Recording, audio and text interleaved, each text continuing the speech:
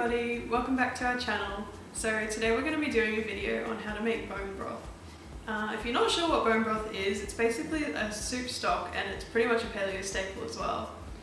So we've written about the benefits in more detail on our blog, and we'll link that below. But some of the main benefits of drinking bone broth or using it like as a base for your soups and things is that when you slow cook bones, you release a lot of really healthy minerals, collagen and amino acids, in particular glutamine and proline, and they're really good for your overall health and in particular your gut health. Which is kind of central to everything. Yeah. So there are lots of recipes around for bone broth, and I think we used to feel a little bit maybe intimidated or feeling like it would be very complicated because it takes a lot of time. Yeah, it takes a lot of time to actually make it. It can take between maybe 12 to even 36 hours. Yeah, but you're not actually doing anything during that time, so it's kind of just simmering in the background, doing its own thing. Yeah. But today we thought just to show just how simple it is to make bone broth, we'd show a completely basic recipe just using a few ingredients, which is your bones, apple cider vinegar, your filtered water and salt. So this is a recipe that I personally make all the time because I just want to have stocks ready to go in the fridge or just plain broth handy. So yeah, you can like drink it just as a plain broth, but you could also add it into like soup as a soup base. Yeah. Or even like a stir fry or anything like that. Yeah. What you'll basically need is, the first thing is to invest in a good slow cooker. So these are not too expensive. I think I picked mine up for about $100. You can use them for so many different dishes and slow cooking recipes, but broth is definitely one of them. So we'll need one of those. You need a couple of larger bowls, or maybe just one. You can use just your bin to discard the bones. You'll also need a ladle, probably a colander or a sieve, and something to keep the broth in. We like to use mason jars because one, they look really pretty, and two, they're just a really good size. One mason jar will hold enough for 2 cups of broth, and they fit really easily into the fridge or your freezer. Okay, so the main thing that you're going to need to make bone broth, of course, is bones. So what kind of bones are we going to be using? So for this broth we used lamb bones, but really you can use any type of bone. So you can use even fish bones, chicken, beef. The main thing is to try and find the best quality bones that you can. So hopefully you can get your hands on some organic or free range. Yeah.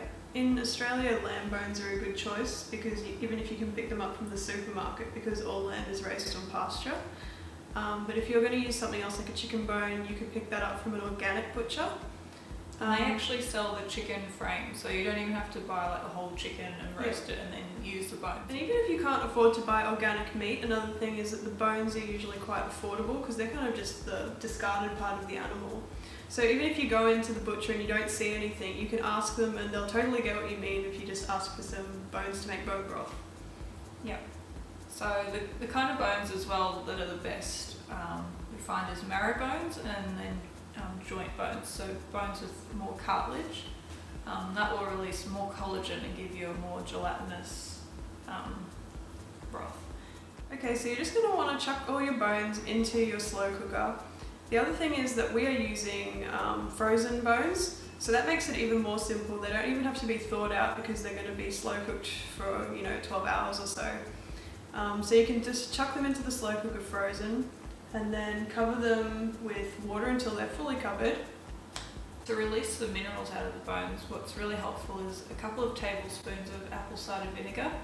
So I just kind of do a little swig and also a bit of salt. So the salt that I'm using actually I mix with dulse flakes, which are another good source of minerals and iodine. Yeah. And I just mix that with like a Himalayan salt. So then you're just going to pop the lid onto your slow cooker, plug it in and turn it on to a simmer for 12 to 24 hours. So that could work out you start it up in the morning and you finish it at night. Yeah.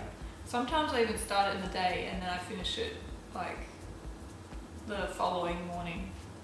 So the only thing is you might wake up and your whole house smells like chicken soup, which could be a good thing, it could be kind of a bit weird. So depending on the temperature that you've set your slow cooker to, you might need to come back every now and again just to check that it's not boiling. So if it's boiling, you just turn it down, and that's only a problem because it can damage some of the compounds that are being released from the bones. So you want to just stick to a nice like low simmer. Low and slow. After you've gone for about say 24 hours, some people would go even longer than that. You can basically wait for that to cool down and then take out the bigger bones that you can find, depending on what you're using, and discard these. So actually in our finished product we're showing you a chicken broth that we made. So we're taking all the bones out and putting into either the bin or we've got a bowl. Whatever's remaining, just run that through a sieve, so to get any more bones or things that may be there that you couldn't find. So once you've strained your broth, basically it's just a matter of portioning those out into your containers. What I find really handy is a little stainless steel funnel that I use that makes it really tidy, and I use that with a ladle so it doesn't really make any mess. So once those are away in jars and cooled down, they're good to be put in the fridge or in the freezer. Okay, so once those have cooled down, you might actually find that your bone broth goes a bit like gelatinous. So it might be a bit like wiggly, but don't worry, that's just because it's full of good things like gelatin. It might also form a bit of a layer on the top. That's going to be the animal fat from the bone, which is kind of surprising that the bone has fat in it. Like, of course it does, but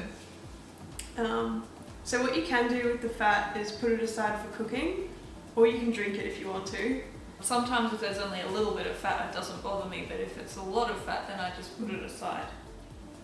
So you can keep the bone broth in the fridge for about a week, or if you think that you're going to be using it later, you can put it in the freezer.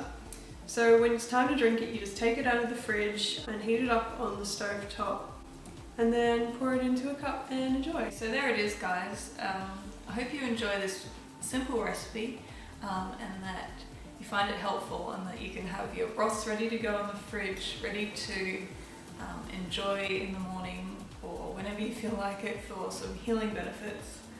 And see you in the next video. Thanks guys, bye. Bye.